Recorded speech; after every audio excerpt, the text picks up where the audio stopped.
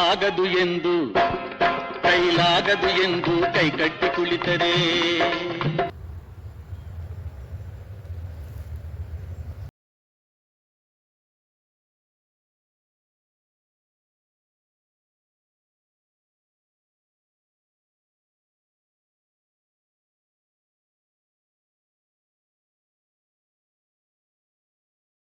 Sir ನಮಸ್ತೆ.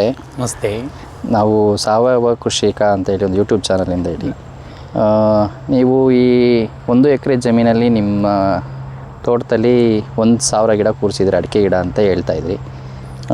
ನಿಮ್ಮ ಪರಿಚಯ ಮಾಡಿಕೊಂಡು ಈ 1,000 ಗಿಡ ಯಾವ ಥರ ಕೂರಿಸಿದ್ದೀರ ಅನ್ನೋದು ನಿಮ್ಮದೊಂದು ಮಾಹಿತಿನ ನಮ್ಮ ಬೇರೆ ರೈತರುಗಳ ಜೊತೆ ಹಂಚ್ಕೊಡಿ, ಯಾವ ರೀತಿ ಅಂತೇಳಿ. ನಾವೀಗ ಇದನ್ನು ಈ ರೀತಿ ಮಾಡಬೇಕಂತೇಳಿ ಮೊದಲಿಂದ ಯೋಚನೆಯಲ್ಲಿತ್ತು. ಮೂಲತಃ ನನ್ನ ಹೆಸರು ಶಂಕರಯ್ಯ, ಮೂಲತಃ ತೆಪ್ಸಂದ್ರ ಗ್ರಾಮವಾಸಿ.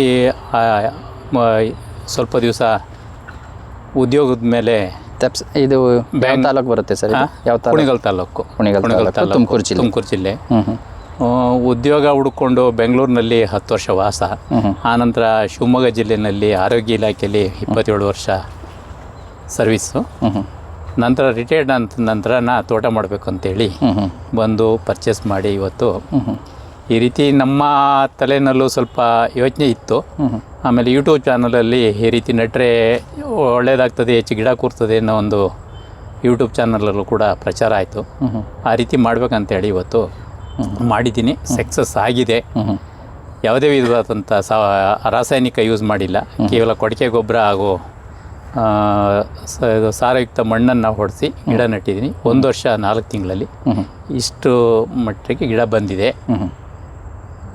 ಈ ಗಿಡಗಳು 1 ವರ್ಷ 4 ತಿಂಗಳಷ್ಟೇ ಆಗಿದೆ? ಈ ಗಿಡ ಅಷ್ಟೇ ಆಗಿದೆ, 1 ವರ್ಷ 4 ತಿಂಗಳು.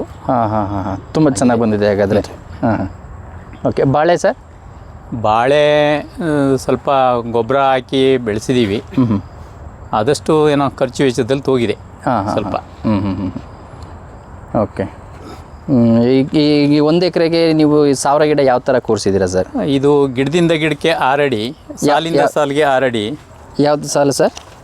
ಗಿಡದಿಂದ ಗಿಡಕ್ಕೆ ಒಂದು ಸಾಲು, ಗಿಡದಿಂದ ಗಿಡದ ಒಂದು ಸಾಲಿಗಿಂದ ಒಂದು ಸಾಲಿಗೆ 6 ಅಡಿ ಡಿಸ್ಟೆನ್ಸು. ಯಾವ ಥರ ಅಂತ ತೋರಿಸ್ಬೋದಾ?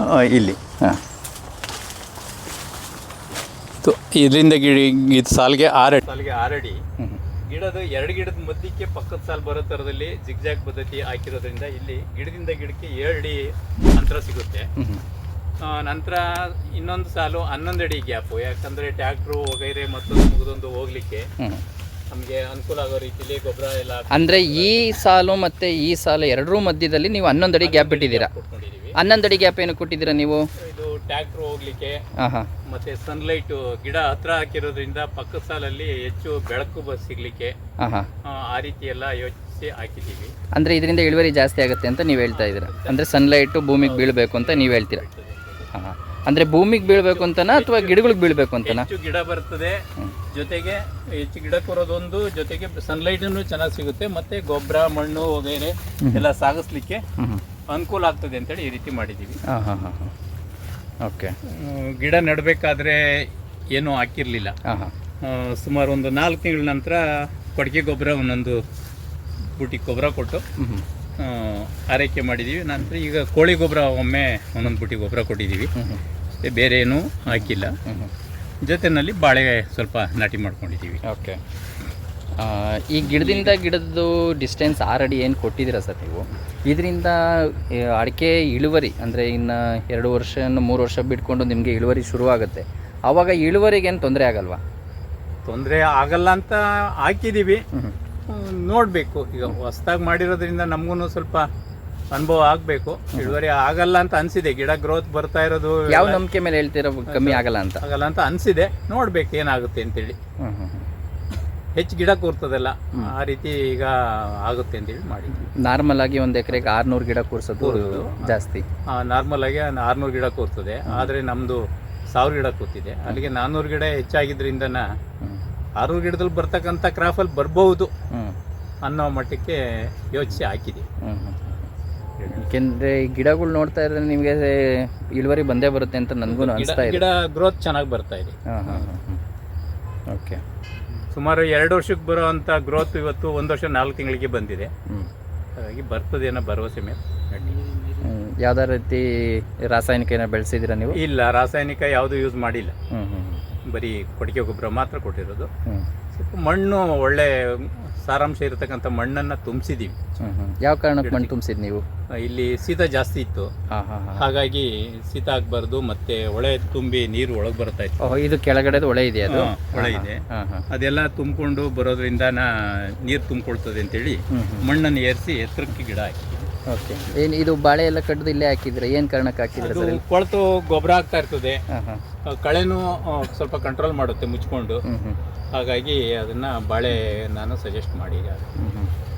ಇಲ್ಲಿಯ ಸ್ಥಳೀಯ ರೈತರೆಲ್ಲ ಏನು ಮಾಡ್ತಾರೆ, ಉಳುಮೆ ಮಾಡ್ತಾ ಇರ್ತಾರೆ. ಅಂದರೆ 8 ಅಡಿ ಸಾಲು, ಇಲ್ಲ 8ಕ್ಕೆ 9 ಅಡಿ ಸಾಲು ಮಾಡ್ಕೊಂಡು ಮಾಡ್ತಾರೆ. ಉಳುಮೆ ಮಾಡೋದ್ರಿಂದ ಪದೇ ಪದೇ ಬೇರು ಕೀಳೋದ್ರಿಂದ ಮತ್ತೆ ಬೇರು ತೊಂದರೆ ಆಗಿ ಹೊಸ ಬೇರು ಬಂದು ಸಾರಾಂಶ ತಗೊಳ್ಳಿಕ್ಕೆ ತಡ ಆಗ್ತದೆ. ಹಾಂ ಹಾಂ. ಅವಾಗ ಗಿಡಕ್ಕೆ ತೊಂದರೆ ಆಗ್ಬೋದು. ಬೇರು ಕೀಳದೇ ಇದ್ರೆ ಗಿಡ ಚೆನ್ನಾಗಿರ್ತದೆ ಅಂತೇಳಿ ನಮ್ಮ ಕಾನ್ಸೆಪ್ಟಲ್ಲಿ ಮಾಡಿ. ಓಕೆ. ನೀವು ಯಾವುದೇ ರೀತಿ ಟ್ರೈನಿಂಗ್ ಆಗಲಿ ಬೇರೆ ಕಡೆ ರೈತರಿಂದ ಇಲ್ಲ ನೋಡಿ? ಇಲ್ಲ, ಯಾವುದೇ ಇದು ಸ್ವಂತ ಒಂದು ಯೋಚನೆಯಿಂದ ಒಂದು ಯೋಚಿಸಿ ಹಾಕಿದ್ದೀವಿ ನಾವು. ಬಾಳೆಯಲ್ಲಿ ಒಳ್ಳೆ ನಿಮಗೆ ಉತ್ತಮವಾದಂಥ ಬೆಳೆ ಬಂದಿತ್ತು? ಸಾಧಾರಣ ಬಂತು, ತೊಂದರೆ ಇಲ್ಲ. ಹಾಂ ಹಾಂ. ಓಕೆ. ಅಂದರೆ ಸಾವಯವದಲ್ಲಿ ಬೆಳೆದಿರೋದ್ರಿಂದ ನಿಮಗೆ ತೂಕದಲ್ಲಿ ಏನೋ ಕಡಿಮೆ ಆಗಲಿ ಅಥವಾ ಇಲ್ಲ, ಇಳುವರಿ ಕಮ್ಮಿ ಬಂದಿದ್ದೇನೋ ಉಂಟಾ? 12 kg ವರೆಗೂ ಗೊನೆ ಬಂತು. ಒಂದು ಗೊನೆ 12 kg 12 ಬಂತು. kg ವರೆಗೂ ಬಂತು, 13 kgನೂ ಬಂತು. ಹಾಂ ಹಾಂ, 13 kgನೂ ಬಂತು. ಹಾಂ ಹಾಂ ಹಾಂ ಹಾಂ. ಮತ್ತು ತೆಂಗು ಮತ್ತು ಅಡಿಕೆ ಬಿಟ್ಟರೆ ನೀವು ಬೇರೆ ಇನ್ನೇನು ಬೆಳ್ಕೊಂಡಿದ್ದೀರಾ ಸರ್? ಬೇರೆ ಇಲ್ಲ, ಮನೆ ಬಳಕೆಗೆ ಅಂತೇಳಿ ಒಂದು ಚೂರು ಎಂಥದಾದ್ರು ತರಕಾರಿ ಬೆಳೆ, ಈ ಸುವರ್ಣಗೆಡ್ಡೆ, ಶುಂಠಿ, ಸೊಪ್ಪು ಇಂಥದ್ದನ್ನು ಮನೆ ಬಳಕೆಗೆ ಹಾಕ್ಕೊಂಡಿದ್ದೀವಿ. ಸ್ವಲ್ಪ ಗೊಬ್ಬರ ಆಗಲಿ ಅಂತೇಳಿ ಹುರುಳಿ ಹಾಕಿದ್ದೀವಿ. ಕ್ರಾಪ್ ಬಂದರೂ ಬರ್ಬೋದು, ಅದು ಇದ್ರೂ ಇರ್ಬೋದು. ಸೊಪ್ಪಂತೂ ಬರುತ್ತೆ, ಒಳ್ಳೆ ಗೊಬ್ಬರ ಆಯ್ತದೆ. ಅಂದರೆ ಅಡಿಕೆಗೆ ಒಳ್ಳೆ ಗೊಬ್ಬರ ಮಾಡ್ಕೊತಾ ಇದ್ದಾರೆ. ಕಳೆ ಸ್ವಲ್ಪ ಕಂಟ್ರೋಲ್ ಆಗುತ್ತೆ, ಆ ರೀತಿ ಅದಕ್ಕೆ ಹುರುಳಿ ಬೆಳೆನ ಮಾಡಿದ್ದೀವಿ ಸ್ವಲ್ಪ. ಹಾಂ ಹಾಂ. ಕಳೆ ಬಂದು ಗೊಬ್ಬರ ಮಾಡ್ಕೊಳ್ಳೋ ಬದಲು ಹುರುಳಿಲಿ ನೀವು ಗೊಬ್ಬರ ಮಾಡ್ಕೊತಾ ಇದ್ದೀರಾ? ಹಾಂ ಹಾಂ ಹಾಂ ಹಾಂ. ಬೇರೆ ಕಡೆ ರಿಪೀಟ್ ಬೆಳಿಬಹುದು, ಜೊತೆಗೆ ಗೆಡ್ಡೆ ಆಗ್ಬೋದು, ದಪ್ಪ ಆಗ್ಬೋದು ಕಡ್ಡಿಗಳು. ಇದು ಒಂದು 4 ತಿಂಗಳಲ್ಲೆಲ್ಲ ಒಣಗೋಗೋದ್ರಿಂದನ ಕಳೆ ಅವಾಯ್ಡ್ ಮಾಡಿಕೊಂಡು ಸ್ವಲ್ಪ ಚೆನ್ನಾಗಿ ಬೆಳೆ ಇದಾಗ್ತದೆ, ಗೊಬ್ಬರ ಆಗ್ತದೆ. ಈ ತೊಗರಿ ಹಾಕಿದಿರಲ್ಲ ಸರ್, ಇದು ತೊಗರಿನೂ ಸ್ವಲ್ಪ ಮನೆ ಬಳಕೆಗೆ. ಅದು ಕೂಡ ನೆರಳು ಜಾಸ್ತಿ ಎತ್ತರಕ್ಕೆ ಬೆಳೆಯೋದ್ರಿಂದ ನೆರಳು ಬಿದ್ದು ಅಡಿಲಿ ಕಳೆನ, ಅದು ಸ್ವಲ್ಪ ಕಳೆನ ಅವಾಯ್ಡ್ ಮಾಡುತ್ತೆ. ಮನೆ ಬಳಕೆಗೆ ಒಂದಿಷ್ಟು ಕಾಳು ಸಿಗುತ್ತೆ ಅಂತ. ಇಲ್ಲಿ ಇದು ಸರ್, ಇದು ಗೆಣಸು. ಹಾಂ ಹಾಂ. ನೆಲ್ಗೆಣಸು ಇನ್ನೋದೇನು ತೊಗೊಳೋದೇನು ಲೆಕ್ಕಕ್ಕಿಲ್ಲ, ಅದು ಸುಮ್ಮನೆ ಎಲ್ಲ ಬಿಸಾಡಿದ್ದು ಒಂದೊಂದು ಕಡೆ ಉಟ್ಕೊಂಡಿದೆ. ಹಾಗಾಗಿ ಅದು ಗೊಬ್ಬರಕ್ಕೆ ಅದನ್ನು ಕೂಡ ಉಪಯೋಗ ಮಾಡ್ಕೊತಾ ಇದ್ದೀರಾ? ಅದನ್ನ ಪೂರ್ತಿಯಾಗಿ ಇದೇ ರೀತಿ ಹಾಕ್ಬೇಕಂತ ಯೋಚನೆ ಇತ್ತು, ಆದ್ರೆ ರಿಪೀಟ್ ಕಳಿಲಿಕ್ಕೆ ಕಷ್ಟ ಆಗ್ತದೆ ಅದು. ಯಾಕೆಂದ್ರೆ ಬಿದ್ದಿದ್ದೆಲ್ಲ ಚಿಗುರೋದ್ರಿಂದ ಕಷ್ಟ ಬರ್ತದೆ ತೆಗಿಲಿಕ್ಕೆ, ಅದನ್ನ ಕಂಟ್ರೋಲ್ ಮಾಡಕ್ಕೆ. ಅದಕ್ಕಾಗಿ ಆಗ್ತಿಲ್ಲ. ಈಗ ಒಟ್ಟು ನಿಮ್ದು ಇಲ್ಲಿ ಈ ಬೌಂಡ್ರಿ ಎಷ್ಟು ಎಕರೆ ಬೌಂಡ್ರಿ ಇದೆ? 1 ಎಕರೆ 17 ಕುಂಟೆ. 1 ಎಕರೆ 17 ಕುಂಟೆಯಲ್ಲಿ ಎಷ್ಟು ಗಿಡ ಕೂತಿದೆ ಸರ್ ಟೋಟಲ್? 1400 ಗಿಡ ಇದೆ. 1400 ಗಿಡ ಅಂದರೆ ಎಕರೆಗೆ ಸರಾಸರಿ 1000 ಗಿಡ. ಹಾಂ ಹಾಂ ಹಾಂ. 800ರಿಂದ 1000 ಗಿಡ. ನೀವು ಹೇಳಿದ್ದು ಇದೇನಾ? ಇದೇ ಯಾವುದು ನೀರು ಬರೋದು ಸರ್ ಇಲ್ಲಿ? ಇದು ಕುಣಿಗಲ್ ಕೆರೆ ಮತ್ತು ಕುಣಿಗಲ್ ಚಿಕ್ಕೆರೆ, ಬೇಗೂರು ಕೆರೆಯಿಂದ ಎಲ್ಲ ವೇಸ್ಟ್ ವಾಟರ್ ಇಲ್ಲಿಗೆ ಬರ್ತದೆ. ಹೆಚ್ಚಾದ ನೀರೆಲ್ಲ ಇಲ್ಲಿ. ಇದು ತೊರೆ ಹಳ್ಳ ಬಿದ್ದು ಹೋಗುತ್ತಾ? ಇದು ಹೋಗ್ತದೆ. ಇಲ್ಲಿಂದ ಮಂಗಳಾ ಜಲಾಶಯಕ್ಕೆ ಹೋಗುತ್ತೆ, ಅಲ್ಲಿಂದ ಶಿಂಷಾ ನದಿಗೆ ಸೇರಿಕೊಂಡು ಕಳೆ ಬಿದ್ದಿರೋದು ಇದು. ಇದು ಕಳೆ, ಇದು ನೀರ್ ಮೇಲೆ ಬೆಳೆಯುವಂಥ ಗಿಡ ಒಂದು ಆ ರೀತಿ ಹತ್ಕೊಂಡಿದೆ. ಅದೆಲ್ಲ ನೀರು ಇಳಿದ ಮೇಲೆಲ್ಲ ಕಂಟ್ರೋಲ್ ಮಾಡಬೇಕು, ತೆಗಿಬೇಕು. Okay okay. ಈ ಬಾರ್ಡ್ರಿಗೆಲ್ಲ ಕಬ್ಬು ಮತ್ತು ಬಾರ್ಡ್ರಿಗೆಲ್ಲ ಇದನ್ನು ಹಾಕಿದ್ರು. ಮನೆ ಬಳಕೆ ವಸ್ತುಗೆ ಸ್ವಲ್ಪ ಹಾಕಿದ್ದೀವಿ. ಹಾಂ ಹಾಂ ಹಾಂ. ಓಕೆ.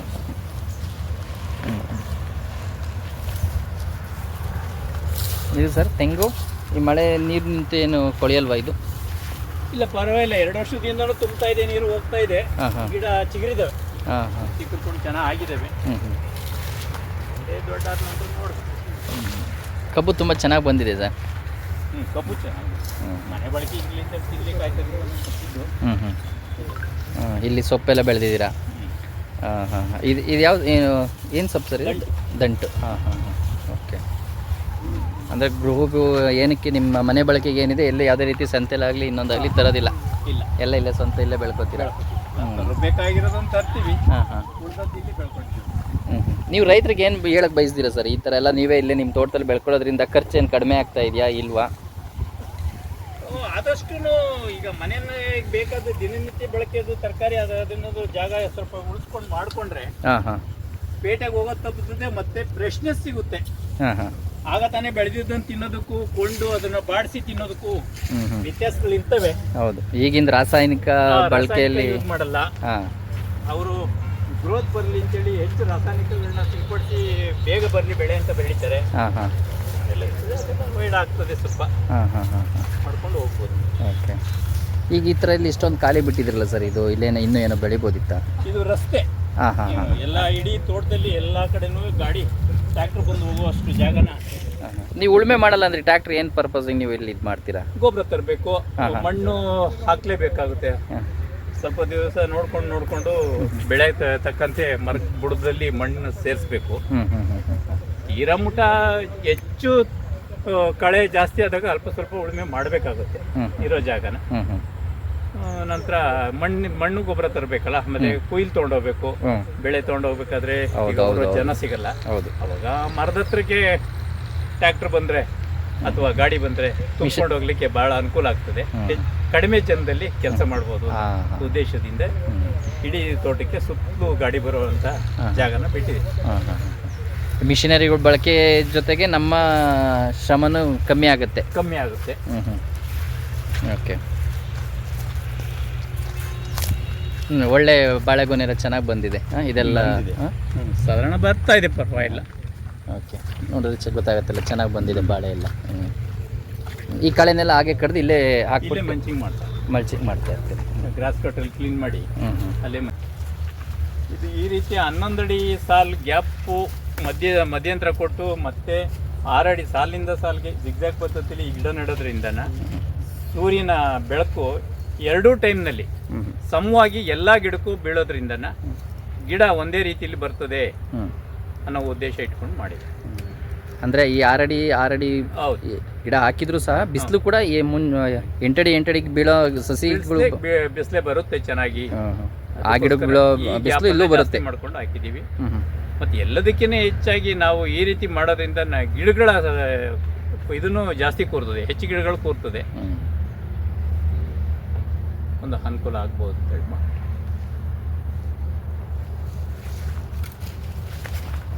ಮಾಡ್ಕೊಳ್ಳೋಕ್ಕೆ ಯೋಚನೆನೂ ಇದೆ. ಇಲ್ಲೇ ತ್ವರೆನಲ್ಲೇ ಏನಾದರೂ ಯಾರು ಪರ್ಮಿಷನ್ ಕೊಟ್ಟರೆ ಮಾಡ್ಕೊಳ್ಬೇಕು ಅಂತ ಇದ್ದೀವಿ. ಟಾಪಲ್ಲಿ ಹಾಕಿ ಬೇಸಿಗೆನಲ್ಲಿ ಒಂದಷ್ಟು ನೀರು ಸಿಗೋ ಥರ ನೀರು ಸಂಗ್ರಹಣೆ ಮಾಡಬೇಕು ಅನ್ನೋ ಸಂಗ್ರಹಣೆ ಮಾಡೋಕ್ಕೆ ವ್ಯವಸ್ಥೆ ಆಗುತ್ತಾ ಅಂತ ಯೋಚನೆನೂ ಇದೆ. ಮಾಡಬೇಕಂತ ಇಷ್ಟು ಜಾಗ ಇದೆಯಲ್ಲ ಸರ್, ಇದರಲ್ಲಿ ಏನೋ ಅಂತರ ಬೆಳೆ ಮಾಡುವಂಥದ್ದು ಏನಾದರೂ ನಿಮಗೆ ಕಾನ್ಸೆಪ್ಟ್ ಇದೆಯಾ? ಅಂತರ ಬೆಳೆ ಮಾಡಬೇಕಂತ ಇದ್ದೀವಿ. ಈಗ ಮುಂದೆ ಏನಾದರೂ ಏನು ಮಾಡ್ಬೋದು ಸರ್ ಇಲ್ಲ ಅಂತರ ಬೆಳೆ? ನೀವು ಈ ಇನ್ನೊಂದು ಅಡಿಕೆ ಸಸಿನೂ ಕೊಟ್ಕೋಬೋದು, ಬರ್ತದೆ. ಇಲ್ಲ ಏನಾದರೂ ಬೇರೆ ಯಾವುದಾದ್ರೂ ಬೆಳೆ ಸೆಟ್ ಆಗುವಂಥದ್ದು ಯೋಚನೆ ಮಾಡಿ 4 ಕಡೆ ತಿಳಿದು ಮಾಡಬೇಕು ಅನ್ನೋ ಉದ್ದೇಶ.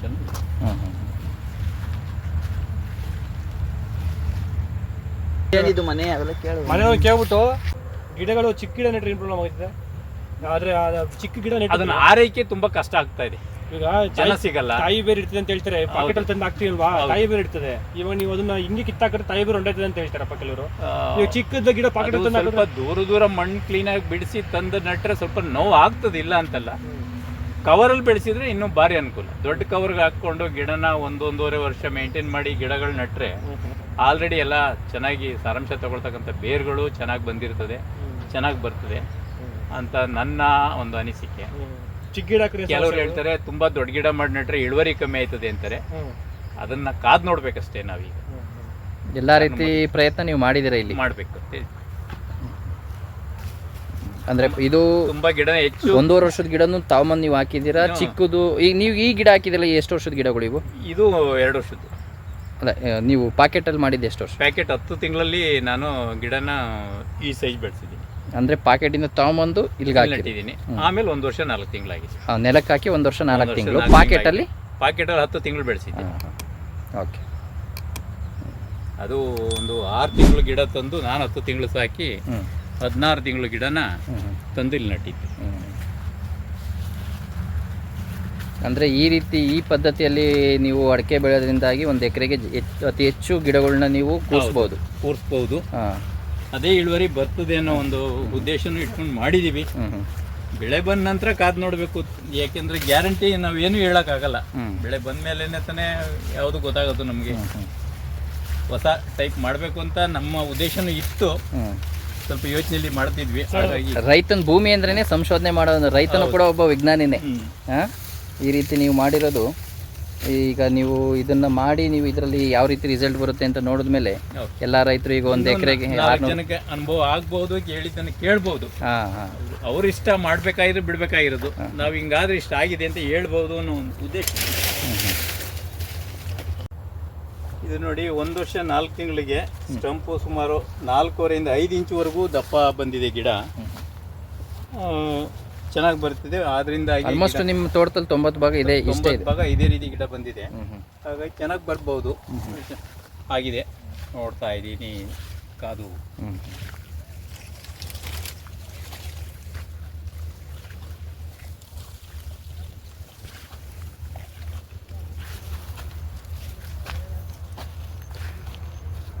ನೋಡಿ, ಇದು ಸುಮಾರು ಅದು ಹೆಚ್ಚು ಕಡಿಮೆ 6 ಇಂಚ್ ಗಿಡ ಬಂದಿದೆ. ಹೌದು.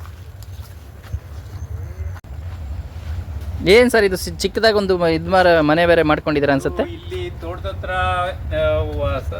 ಎಮರ್ಜೆನ್ಸಿ ಕೂರ್ಲಿಕ್ಕೆ, ನಿಲ್ಲಲಿಕ್ಕೆ, ಮತ್ತೆ ಮಳೆಗಾಲದಲ್ಲಿ ಅನುಕೂಲತೆ ಆಗೋದಕ್ಕೆ ಎಲ್ಲೂ ಸುತ್ತಮುತ್ತ ನಮ್ದು ಯಾವುದೇ ಅಂತ ಮನೆ ಏನೂ ಇರಲಿಲ್ಲ. ನಾವೆಲ್ಲ ಬೆಂಗಳೂರಿನಲ್ಲಿ ಮನೆ ಮಾಡಿಕೊಂಡು ಫ್ಯಾಮಿಲಿ ಎಲ್ಲ ಅಲ್ಲಿ ವಾಸ ಮಾಡ್ತಾ ಇದ್ದಾರೆ. ನಾವು ಈ ತೋಟ ನೋಡ್ಕೊಂಡು ಇರ್ಲಿಕ್ಕೋಸ್ಕರ ಒಂದು 10x10 ಶೀಟಲ್ಲಿ ಈ ರೀತಿ ಎಲ್ಲ ನಾವೇ ಸ್ವತಃ ಕೈಯಿಂದ ಮಾಡ್ಕೊಂಡಿದ್ದೀವಿ. ಒಳಗಡೆ ಸ್ವಲ್ಪ ಊಟಕ್ಕೆ ವ್ಯವಸ್ಥೆ ಮಾಡ್ಕೊಳ್ಳೋಕ್ಕೆ ಎಲ್ಲ ರೆಡಿ ಮಾಡ್ಕೊಂಡಿದ್ದೀವಿ. ಇದಕ್ಕೊಂದು 45 50 ಸಾವಿರ ಖರ್ಚು ಬಂದಿದೆ. ಅದರಿಂದ ಇದರಲ್ಲೇ ವಾಸ ಮಾಡಿಕೊಂಡು ನೋಡ್ಕೊಂಡಿದ್ದೀವಿ. ಚಿಕ್ಕದಾಗಿ ಚೊಕ್ಕವಾಗಿ ಇಲ್ಲೇ ಮಾಡ್ಕೊಂಡ್ಬಿಟ್ಟಿದ್ದೀರಲ್ಲ, ಮಲಗೋದಿಕ್ಕೆ, ಅಡುಗೆ ಎಲ್ಲ ಇಲ್ಲೇ ಮಾಡ್ಕೊಂಡಿದ್ದೀವಿ. ಎಲ್ಲ ಇದರಲ್ಲೇ ಮಾಡ್ಕೊಂಡಿದ್ದೀವಿ. ಏನು ಮೆಜರ್ಮೆಂಟಲ್ಲಿ ಇದೆ ಸರ್ ಇದು? ಇದು 10x10 ಮೆಜರ್ಮೆಂಟ್ ಇದೆ. ಜಸ್ಟ್ ಒಂಥರ ಪೆಟ್ಟಿ ಅಂಗಡಿ ಟೈಪ್. ನಾಲೆ ಮೇಲೆ ಬೀಮ್ ಹಾಕ್ಬಿಟ್ಟು ಕಬ್ಬಣದ್ದು ಅದ್ರ ಮೇಲೆ ಹಲಗೆ ಹಾಕಿ ಒಂದು ಟಾರ್ಪಲ್ ಹಾಕಿ ವಾಸ ಮಾಡೋದಕ್ಕಿಂತ ಮಾಡ್ಕೊಂಡಿದ್ದೀವಿ. ಇದೆಲ್ಲ ನೀವೇ ಮಾಡ್ಕೊಂಡಿದ್ದೀವಿ? ಎಲ್ಲ ನಾವೇ ಮಾಡ್ಕೊಂಡಿದ್ದೀವಿ. ಎಲ್ಲ ನೀವೇ ಸ್ವಂತ ಮಾಡ್ಕೊಂಡಿದ್ದೀವಿ. ಈ ಮಂಚ, ಓಕೆ, ಮಂಚ, ಪಾತ್ರೆ ಜೋಡಿಸಿಕೆ, ಸ್ಟವ್ಗೆ ಇದೆಲ್ಲ ಸದಾಗ ಇದರಿಂದನೇ ಮಾಡ್ಕೊಂಡಿರೋದು. ವೆಲ್ಡಿಂಗ್ ವರ್ಕ್, ಶೀಟ್ ವರ್ಕ್ ಎಲ್ಲ ನೀವೇ ಮಾಡ್ಕೊಂಡಿದ್ದೀರಾ? ಶೀಟ್ ವರ್ಕಿಗೆ ವೆಲ್ಡರ್ ಕರ್ಕೊಂಡಿದ್ದೆ. ಇದು ನನ್ನ ಐಡಿಯಾದಲ್ಲಿ ಅವ್ರು ಮಾಡಿದೆ. ಓಕೆ. ಒಂದಿಷ್ಟು ಮನೆ ಬಳಕೆಗೋಸ್ಕರ ಎಳ್ಳಿ ಗಿಡ, ಶುಂಠಿ, ಸುವರ್ಣಗೆಡ್ಡೆ, ಸ್ವಲ್ಪ ತೊಗರಿ, ಇದೆಲ್ಲ ಮನೆ ಉಪಯೋಗಕ್ಕೋಸ್ಕರ ನಟ್ಕೊಂಡಿದ್ದೀವಿ.